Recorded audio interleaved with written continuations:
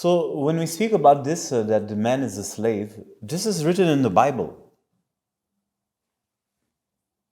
I'm not coming up with this. I'm not the first one. I will not be the last one. Same people, it is written clearly in the Bible. So you don't like the Bible, or you maybe like it, but you interpret it in whatever way you want. It says so in the Bible.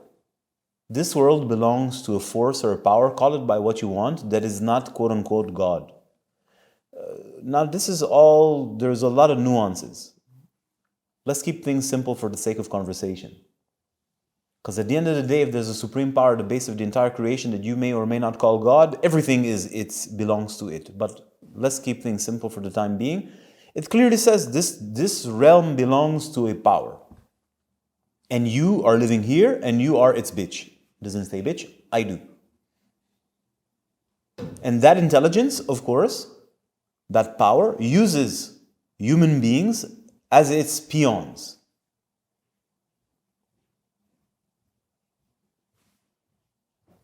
So I'm not the one who is inventing this. It says so in the most purchased book in the history of forever. To understand this, to really grasp this, to really go to the depth of it, and to investigate this, not intellectually, but to understand it metaphysically and in the occult, that means you realize it for yourself, you have to really go inside yourself and discover. It's not enough that your intellect has the impression that it understands something. You have to understand the nature of powers, and you cannot understand this with your mind. You have to understand this experientially. You have to discover those powers, because these powers operate inside of you as well. Some may be turned on, some may be turned off, some may be dormant, some may be hyperactive. It's irrelevant. All those powers are there. So when you discover this, you see the order of things. You're also you become detached. Because there's something else also that exists. But now we're just giving a diagnostic of the world of the surface and what's happening. So this is happening. And all you have to do is use a little bit of see what's happening today and tell me, it says so, everybody who knows history has heard this. History repeats itself. So this is a saying, everybody knows history repeats itself. You may not know, but you've at least heard it. What does this mean? It's always the same story going on. So what's happening today, which is an amazing opportunity to really look at the structure of things. This has been happening before and has been happening. Go back as far as you'd like. It must be going on. Dude, they made a movie. It's called Space Odyssey 2001, where they're telling you secretly, especially at the start of the movie, their vision and how they experience life. This is a wonderful. You go look at the Space Odyssey 2001, the monkey scene at the start. They're telling you. So if you don't remember, I'll remind you. There's a bunch of monkeys and they're living like monkeys. This is their basic premise and philosophy. And for some reason, there's a force. It has no name. And it expresses itself in this weird looking like obelisk, black rock in the middle of nowhere. And all the monkeys are there. And all the monkeys are monkeys. And at some point, one monkey decides to go close to the thing. And maybe I'm not getting the details right. I haven't seen this in a while. And then some monkey touches it, or this is what I remember. And then something happens to the monkey. Something is activated in his intellect, in his brain. Not only this, something changes in him. And then suddenly he looks around and he sees the same things he's always seen, but something in his brain has changed. There's now a form of lust for power, if we can say like this, that is turned on. And he looks around and he sees this little bone from a dead animal, from a dead monkey probably. And he says, because the monkeys don't do this, at least in the movie. He says, and you see it very well played out. There's a moment, he's like, I could take this. And suddenly he takes the stick and he starts to beat another monkey. So this is the rise of the intellect that raises the human being, the monkey, which they tell us we are from, into a super creature. But that power that's risen it's undefined, but the Bible speaks of it. You may not like the choice of words because you associate it to whatever, but it's in the movie. There's an obelisk, It's a power, whatever that power is, it's changed the person. It changed the monkey. And it made the monkey into a thinking monkey, an intellectual monkey. And the first thing it wants is power over other things. And now the other monkeys are looking at that monkey and they do not understand what's happening to that monkey. Although they could go and pick up the same stick or bone, they're not able to understand. That's because they're intellectually dead. Even though they look at the monkey who's beating him with the stick, with the bone, they cannot put it together in their mind to repeat.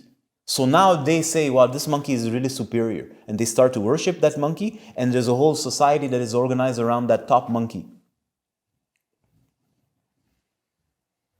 So what I'm trying to say is that clearly this is what they're telling us, the so-called elites and whatnot. But what I'm trying to say is that there are powers at play. And these powers are invisible to your average person, yet they affect us and they use us.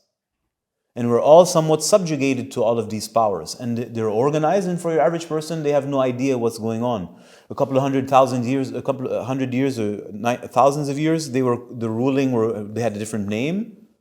Today they have a different name. It's a capacity to think differently from your average monkey, which is the rest of us.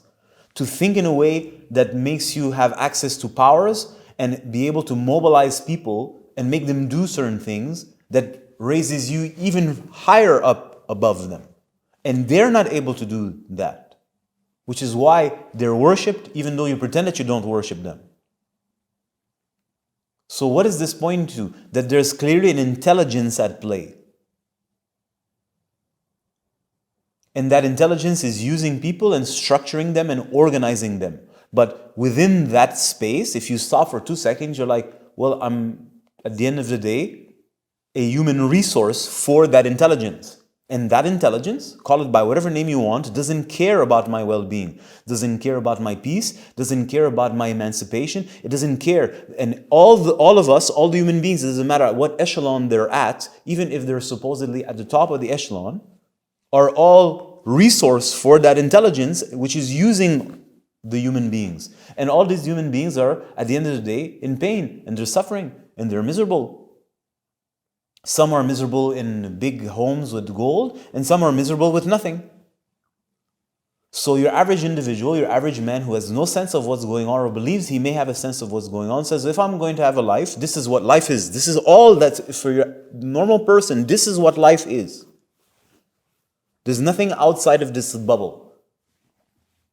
And let's not talk about those who say they believe in God, which is a thing that's outside of it, that's in their imagination. Yet they worship the bubble they're in reality. So people who are, that's all life is for them, that little bubble, and they say, okay, well, I should be here, I should try to ascend in the hierarchy of the bubble. And look, who grows is those who are, I was use the word initiated, which can be used in different contexts, but their intellect is initiated at higher levels. Meaning they're able to think in a way that your commoner doesn't think, and automatically in that way of thinking, they're able to make people gravitate around them, and there's automatically a sense of greed that is coming along. They want more for themselves. They don't care about other people. They don't care about the well-being of others. They care about themselves and how they can rise higher up in this pyramid of power, because they believe that to reach the top of that pyramid is to achieve hero status or God status. You can see it around. You can see it on Instagram and all these people. So something about the activation of these nerve centers or these specific centers of the brain are making the human beings, it disconnects them from an aspect of their humanity. They become discompassionate. They don't care. And they don't see other people as human beings. They see them just like, why I should care about you? Which is exactly what we see. Why I should care about you? And you can understand their point of view also from that high intellect vision. Cut a tree, grow another. What do we care? The robot mind doesn't look with things with heart and sensitivity. So when we see in the Bible that it mentions You cannot serve two gods. Either you serve God or money. Well, it's hinting towards this. Again, what is God? It's a big subject, but what we care about is that they're saying in the Bible, they say there's two things. One is money, which everyone understands. Money is a currency, and the currency is controlled by a society or a system, which is ruled by some people. Either you serve this or you serve something else. We may not know what God is, but it's telling us there's two things. And there's no in between.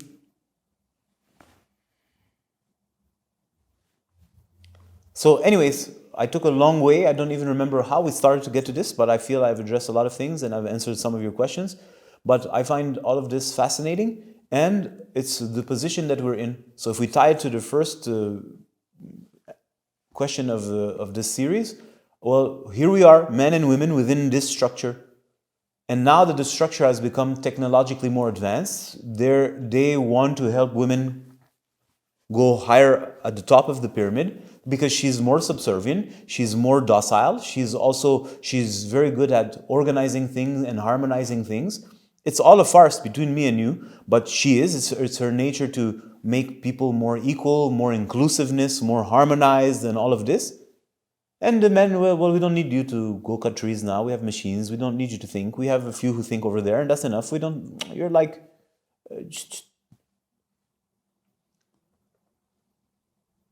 So just a tangent. So when people get upset at the so-called patriarchy, I'm like, screw your little patriarchy concept of what was happening a couple of years ago. It was the same, except that the man was more important. There was two slaves, man slave, woman slave. The man slave was more important because we needed human resource workers. We needed somebody to cut trees. We need somebody to cut roads, and the woman doesn't do that. So we privilege supposedly him, and then they call this patriarchy. There's no such thing. It's always been the same thing. It's an intelligence that is using men and women as a resource. At some point, the man is to be used more because we need him more, and she's whatever. And now, okay, we don't need this fool, and we want to bring her up because it's more convenient for where we're at in our system. You take your hole, we don't need you, shut up. And that's the key. And now they want, again, men and women to fight, and there was the patriarchy this and the matriarchy this. It's like, no. I understand. When you're closer up, it looks like this. For a few hundred years, maybe 1,000 years, during the so-called Christian movement, this is a patriarchy of... No, you got to go a little deeper and understand what's really going on. And you can't look at it from just what it appears on the outside. Because at the end of the day, and I've been saying this for a long time, dude, the man and the woman is a slave. They were subjugated to this authority, supposed authority, except that the man had a little more value. Yeah. Does it make he's not a slave? No, he's useful now more than her. She's replaceable. We can get another one to have the baby, but we need as many of these fools to go fight our wars, to cut our trees, to build our roads, to build our buildings, to think. We need more of them. This is just a cow. Just get another one and have her pregnant, and it's enough so that we can have new men to forge our empire. Now the empire has been constructed. The technology has been built. Now you have machines who are beginning to think better than the man. And now what we need is to harmonize and seal the deal.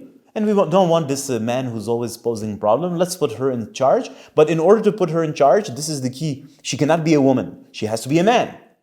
But she's a man-woman. She's a womb man. So that woman, she's no longer a woman. The woman of society is not a woman. She's a man. She's a man in a woman's body. But she has been conditioned to think like the man slave. Conditioned to think like the man slave, not a real man, the man slave, who believes in the illusion of the system. And now she behaves like a man, wants the same thing as a crazy man, not a sane man. A sane man who doesn't want the madness of the system. It's very alluring, but like I said, which God are you choosing?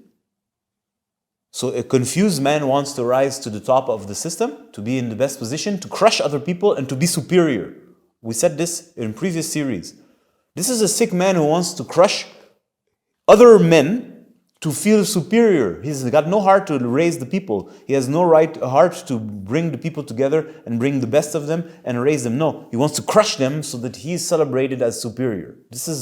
Do you think this is manhood? No, this is a sick person who's confused and is in tremendous amount of pain. And this is, of course, what we consider as men today. No, that's not it.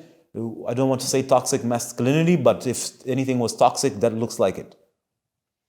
And now today, the woman is behaving just like this psycho man, and we need less of this psycho man, move him out of the way, and put her there.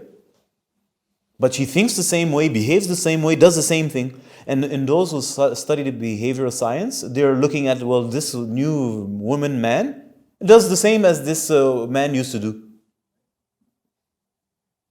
Yeah, because it's the same mind that has possessed her, and it needs the same compensations.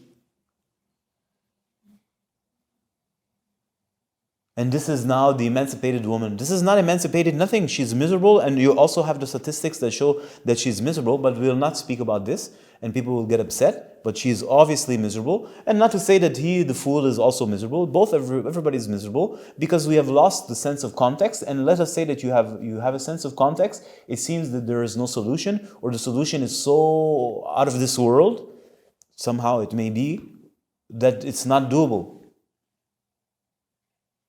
Which brings us back to the heart and center of, ironically, Christianity or sane religions,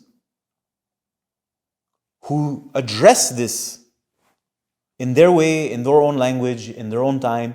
This what's happening? That there's a I don't want to say a battle, but somewhat of some kind of a battle or a showdown or a struggle. I don't know what's the word. There's a game going on. How about this? Okay. Between this side and that side. And I don't want to say good and bad, because I don't believe in good and bad. We can say dharma and adharma, and this fits in a greater context, which we'll address at another time, right? But there's clearly this is happening. And the human being is the little resource, the little shrimp, being moved left and right like a pawn on a chessboard. Now, some are more intelligent, for whatever reason, and then they feel, okay, I'm more intelligent, I should rise the ranks. And what makes them more intelligent is something in the intellect, just like the monkey story in Space Odyssey. Something is activated in their brains. How and why, the subject we'll address later on. Something, so they have an ability to think in a different way that is aligned with the system's mind, and somewhat makes them